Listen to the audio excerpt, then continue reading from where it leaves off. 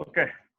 So the first thing today, when we study dielectrics, what comes into your mind? You see, when we talk about capacitors, we are always talking about two parallel plates, and these plates having some charge q, and one gets a plus q charge, one gets a negative charge, and how they are distributed, what is the interaction between them, what is the form of electric field in between them, what is the force in between them. If there's electric force field, I told you there's force, there's going to be energy stored, and there are so many other things that we have learned so far.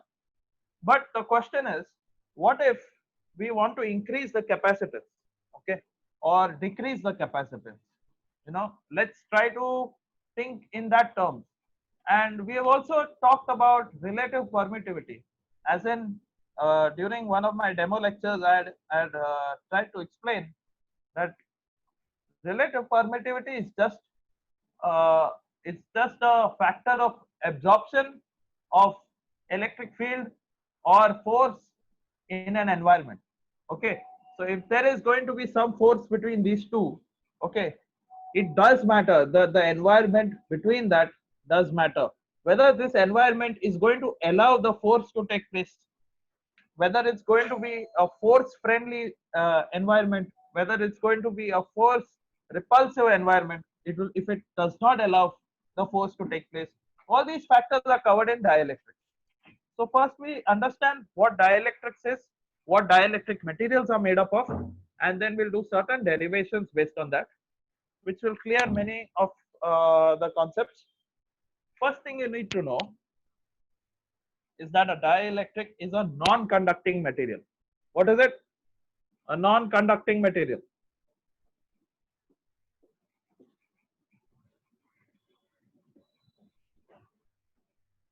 It could be anything like a plastic, okay, it could be a glass, mica, ceramic, there could be oxides of various metals. It could be anything which is basically non-conducting. One good example is ceramic or mica. Third thing which is usually used today is oxides. Okay, so it is, the first property is that it is non-conducting. Second property is that there is no free movement of charges.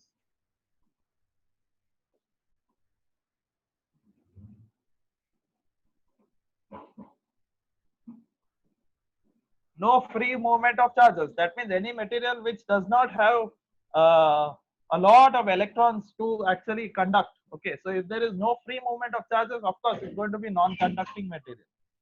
Okay, therefore it does not have any charge. If at all it has any charge, it's going to be a very negligible amount.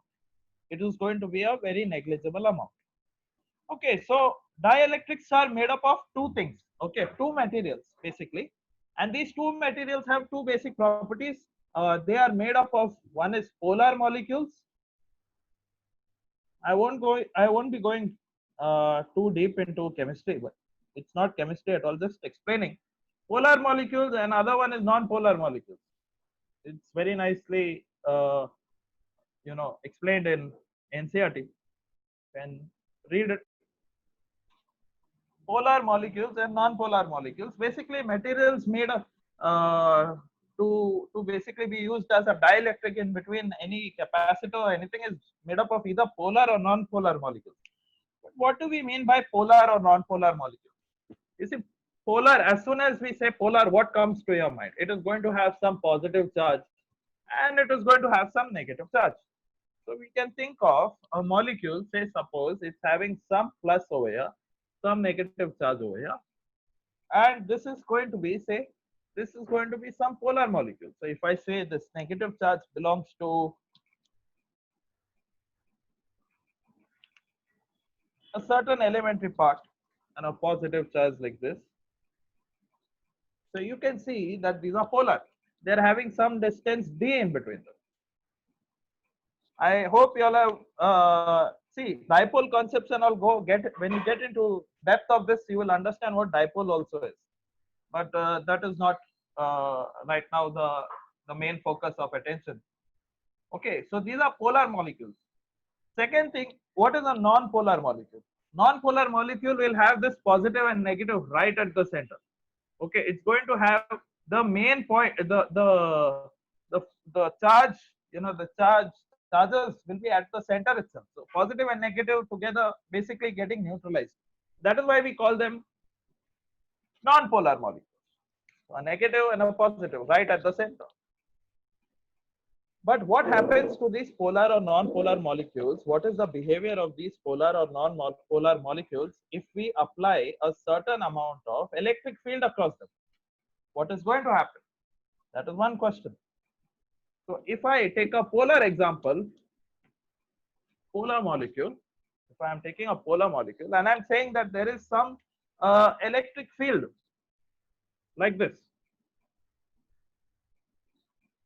and we know this electric field is, we take it as uniform. We know what is the effect of electric field on a dipole.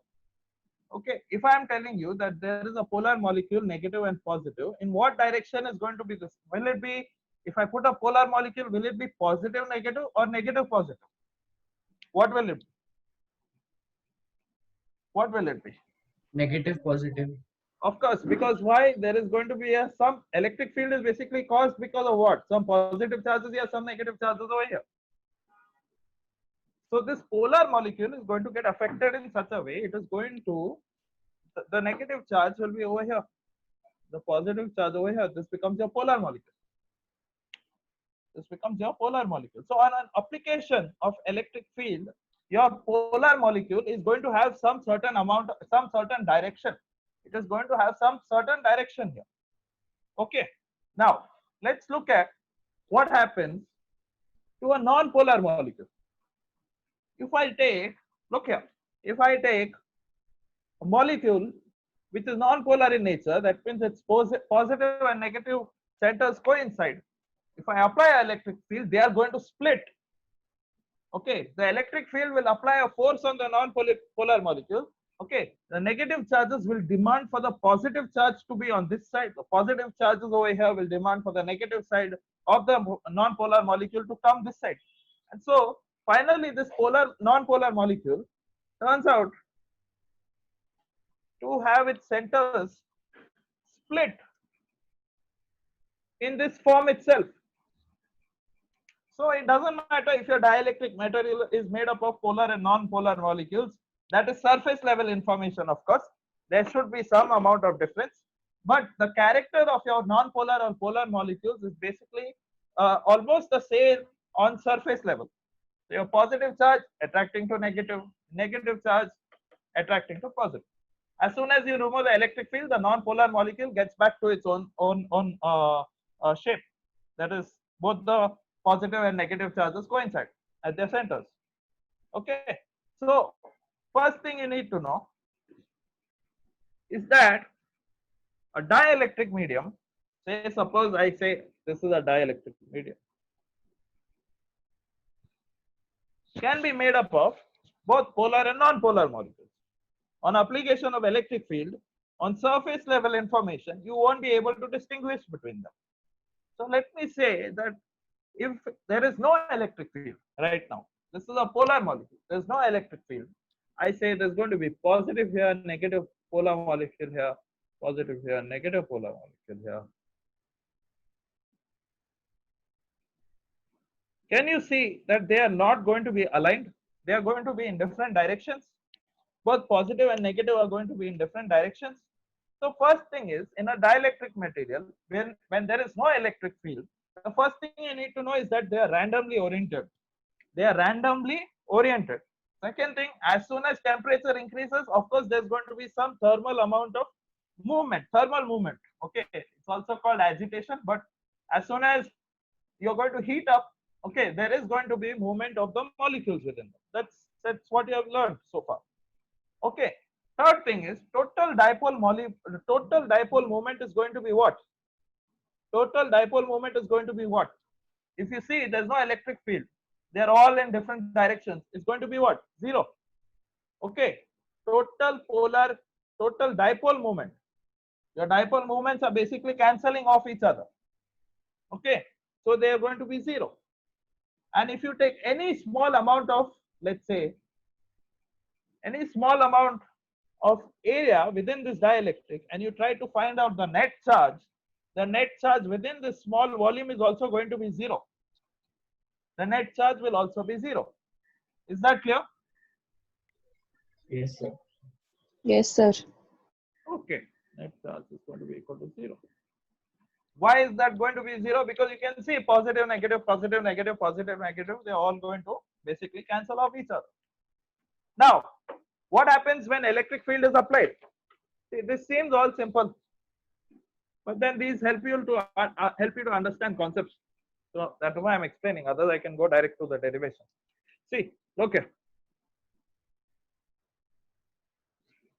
As soon as you apply the electric field, let's say electric field is in this direction, all the polar molecules are going to have some certain direction. So I will say positive here, negative here, positive here, negative here. They are all going to have a certain direction. And so this is the case in both polar and non-polar dielectric. Okay. External field, okay, an external field, in an external field, a net dipole moment is developed. There is a net dipole moment because you can see all the positives towards this side, all negatives towards this side. But even though the net dipole moment is going to be, even though there is going to be some net dipole moment, even then, if you take a small amount of volume, a small amount of area or volume or whatever, and you capture some amount of molecules like this in this order, and you try to find out the net charge is still going to be 0. This is what differentiates a dielectric from a conductor. It is going to have charge within it. Of course, it's going to have some charge within. There is charges. In the conductor, there are no charges in the middle. No point. Okay, Gaussian surface, we have learned the total electric field inside within a Gaussian surface has to be equal to 0. Okay, in a conductor I'm talking about. But a dielectric material has charges in them. Okay, they are in the form of polar molecules or non-polar molecules. And so if you take any small area, the net charge is going to be equal to 0. However, in the electric field, there is also going to be some amount of net dipole moment which is going to be developed, although the net charge is going to be equal to 0. Okay. So let's talk about, since now you all have understood what polar and non-polar molecules are and what is the difference between the conductors, let's come to a derivation. Derivation is polarization of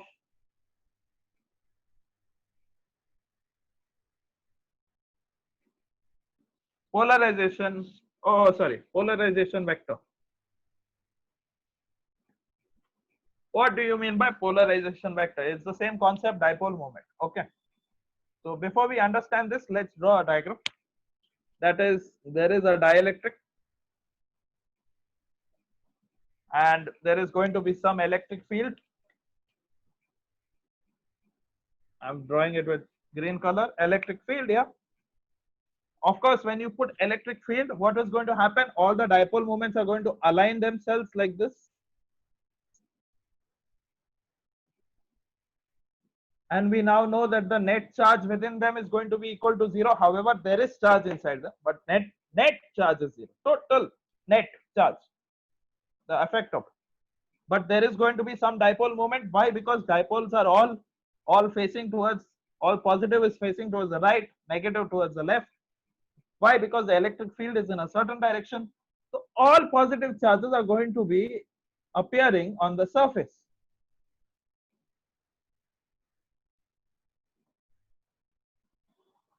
Okay. All positive and negative charges are going to appear on the surface. Now you all can tell me what is the direction of dipole moment here. If this is negative, this is positive. Dipole moment's direction is this side or this side? Which side? Left to right or right to left? Left What is it? to right. Yeah, it's going to be Left to right. from negative to positive. That means your minus charge, minus Q is going to be here, and your positive charge is going to be here. Of course, this is at some distance D. I'll say D here. This is going to have some distance D in between them. Now, Now, what do you mean by polarization vector? Polarization vector simply means dipole moment per unit volume. This is the meaning of polarization vector. It is simply dipole moment, okay, per unit volume. That is what we have to find out in this derivation. Of course, you know that dipole moment is going to be P is going to be equal to, what is it? What is the magnitude of a dipole moment? Can you all tell me? Q Can you into tell me? 2A. Q into A. 2A. Q into A. Okay. Q into 2A. Whatever the distance, you can take the distance to be 2A, A, anything. So I'm saying that the dipole moment is basically the magnitude of the charge into the distance between those charges. Okay, that is the basic definition. Magnitude of charge into distance between them. So we know dipole moment, we can say P is equal to, okay, it's Q into D. And so if we find out the total volume, we can divide it by the total volume within the dielectric. And that will be our polarization vector. It is that simple. It is that simple. But let's try to find out the same polarization vector formula in terms of charge density. And you will be surprised by the result. Let me say that this side of the dielectric has a charge density of sigma p. Nothing confusing, no problem. If this is sigma p, of course this is going to be minus sigma p. The charge density is what? Charge per unit area. Okay, that is very clear. So let's try to find out the dipole moment upon volume in terms of sigma p.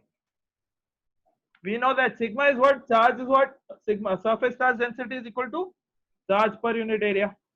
So I wrote it here. So I can write the charge equals to sigma times A. This much I understand. Now I know that the dipole moment is going to be equal to what? P is equal to charge into the distance between them. Of course. And so I can write this charge as sigma times A.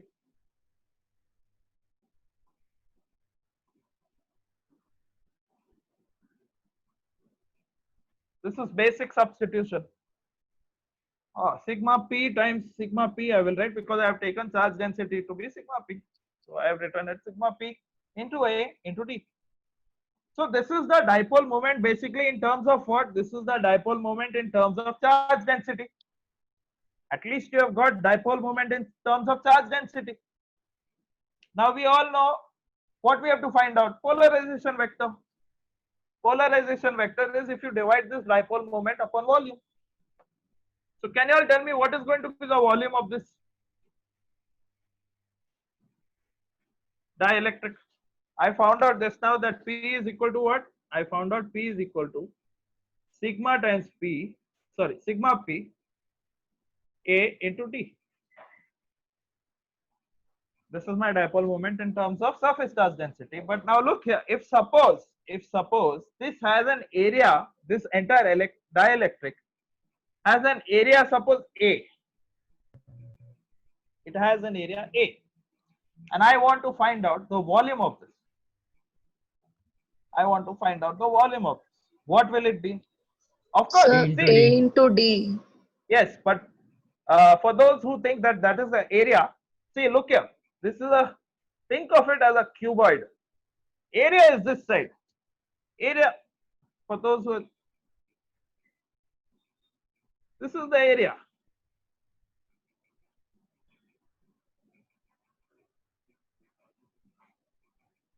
Area of the plate into the distance between them is of course going to give you what? The volume. Okay, that is what we're finding out. So I say the volume is A into D, and so I can tell you that P, which is going to be the polarization vector right now, will be dipole moment upon the volume, and that is going to be sigma P A into D upon what? Upon A into D. And A that is into going D. to and that is going to give you what? Sigma P B. is equal sigma P. Sigma. So your polarization vector is basically equal to the charge density. The polarization vector is equal to the charge density. Is this clear, everyone? Is this clear? Yes, sir. Please remember this. Okay. Remembering means not by hearting. Remembering means just understanding the concept and apply it in various numericals as much as you can.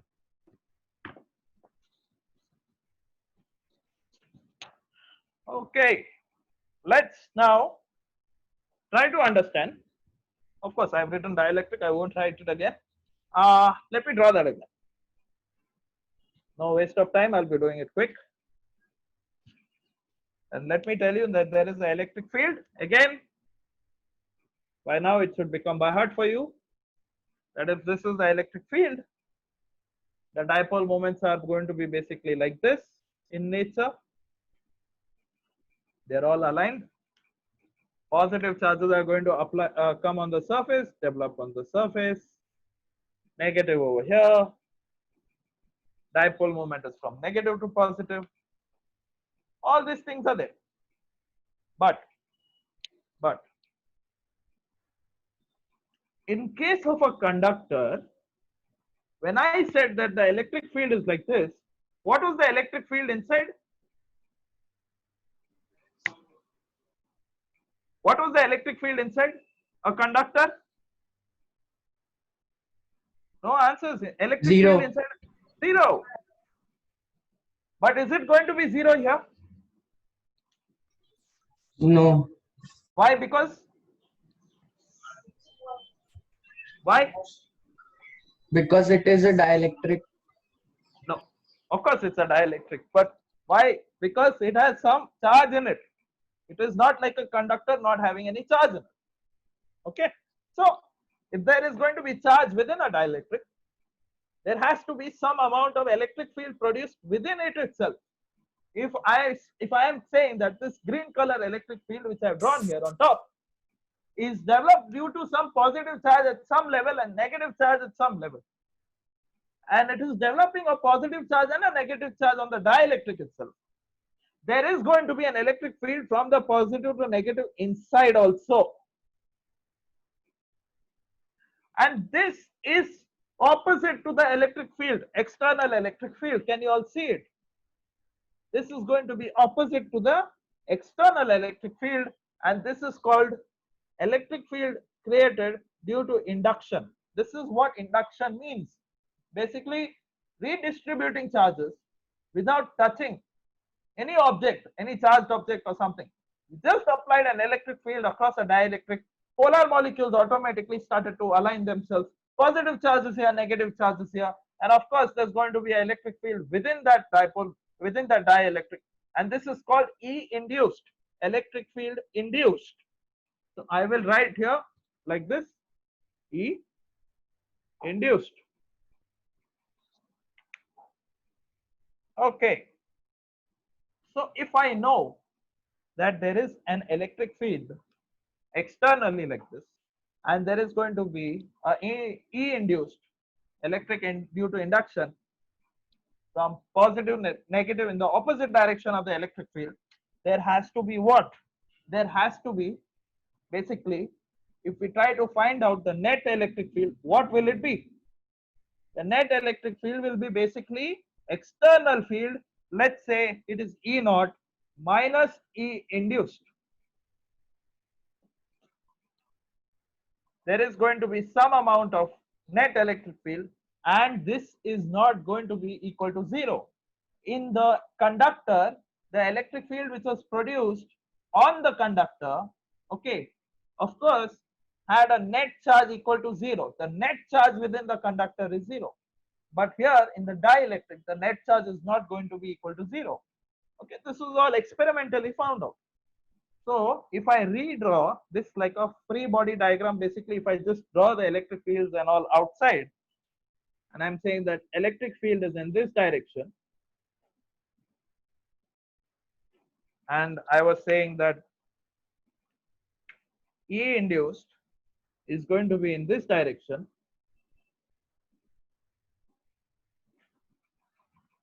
then will this be my net electric field? Isn't it? This is going to be my net electric field. That is, external electric field minus E induction is going to be my net electric field. Okay, E net. And we can also say that E induced is going to be less than the electric field which is produced outside external. E induced is going to be less than the electric field. And so if E induced is, you can see from here, E induced is basically a small part of the electric field. And it can be written in terms of factor. A factor. It can be written in terms of a factor. And they came up with saying that E net, listen to me carefully, E net is going to be E upon K, E naught upon K, where E naught is basically external field, E net is the net electric field between external electric field and induced electric field, and K is a dielectric constant. K is a dielectric constant. When I say that E has E net over here, you can see from this diagram that E net is smaller than the electric field E naught. Okay, here you can see that E net is smaller than the external electric field E naught. So if E net in this equation has to be smaller than E naught, then what should be the value of K? What range should be? Should it be greater than 1? So if K is greater than equal to 1, if K is greater than equal to 1, then your E net is going to be smaller than E naught. Then your E net is going to be smaller than E naught. Is that understood, everyone? All clear? Yes, sir. Great. So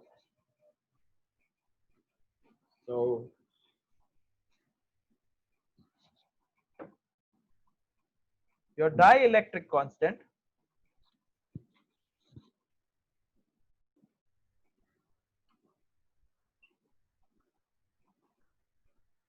this is going to be your dielectric constant. Okay.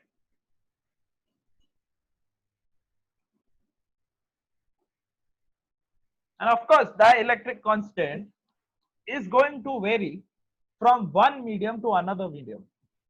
It is going to vary from one medium to another medium. This value of K is going to be, it's going to be what in free space or vacuum? It's going to be equal to 1. Is that clear? This is going to be equal to 1. And this is the same concept in permittivity. This is the same thing in permittivity that we had learnt earlier. You remember, I told you K is 1 upon 4 pi epsilon naught. This epsilon naught is what? Relative permittivity. Yeah, it is permittivity.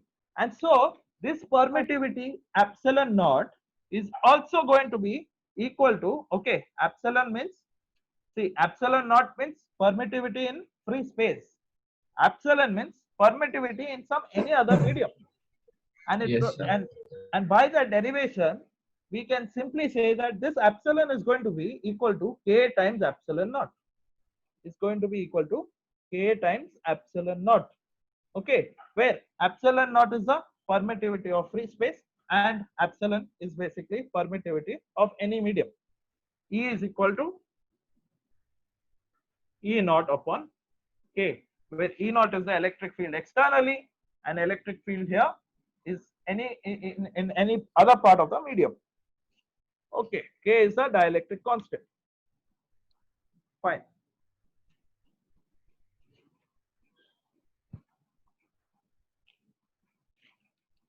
Let's understand.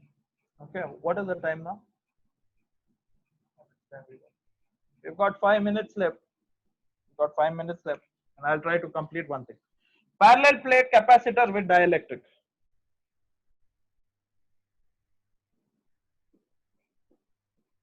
So till now we understood what dielectric is.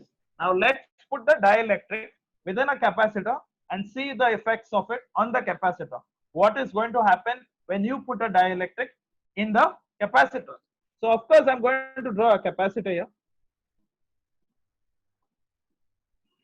These are two plates of the capacitor, and I put a dielectric in between them.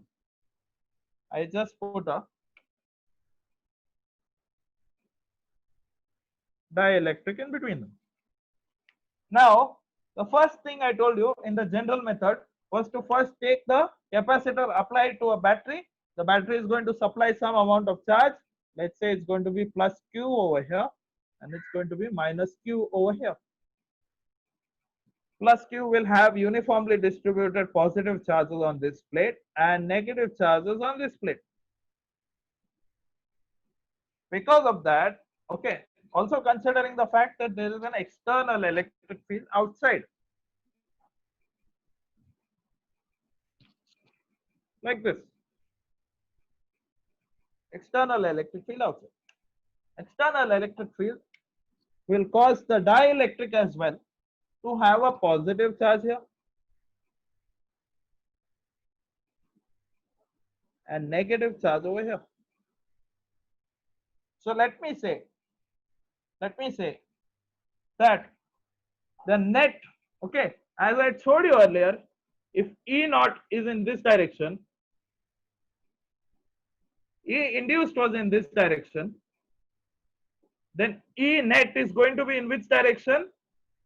It's going to be in the direction of the external electric field itself. You can see E net is in the direction of external electric field itself. So the external electric, the net electric field inside this is also going to be from where to where? This is going to be my E net. Is that clear? Yes, sir. Yes, sir. Please don't have a confusion of the positive and negative charges over here. Okay, so I will draw that also. I am going to say that this is going to be my E induced.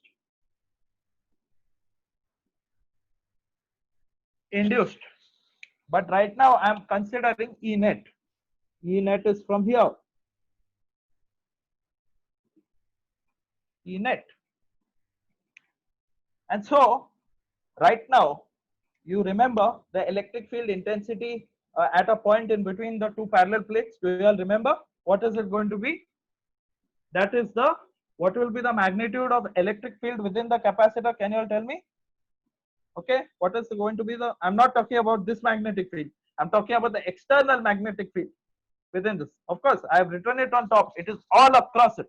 It is all across this capacitor. So what is the magnitude of electric field? Remember, sigma upon epsilon naught, which can be written as Q upon A epsilon naught, because sigma is charge upon area. Please remember all this. So the external electric field, okay, is sigma upon epsilon naught. Is basically the magnitude of electric field at a point between both the plates. And so we know right now we want to find out what is E net. So what is E net? I know that E net is 1 by K times external electric field. Just now we found out. And so E net will be what? Equal to Q upon K epsilon naught. Q upon K epsilon naught. K A epsilon naught. Is this clear? I just substituted the value of E naught over here. So we got E net is equal to Q upon K epsilon naught A. Okay. Everyone clear? Yes, sir. Yes, sir. Yes, sir. Okay. There is, due to lack of time, I won't be able to complete the derivation now. There is only 1 minute left. So I will see you all in the next lecture, and then as soon as we finish this 2-3 sums, and we'll start with the electric field. Okay, till now, till whatever I've taught, just try to understand it. Any doubt, please let me know. Okay, I won't be continuing now. It's already, what is the time? It's already 9:40. So I'll see you all in the next lecture. Bye everyone.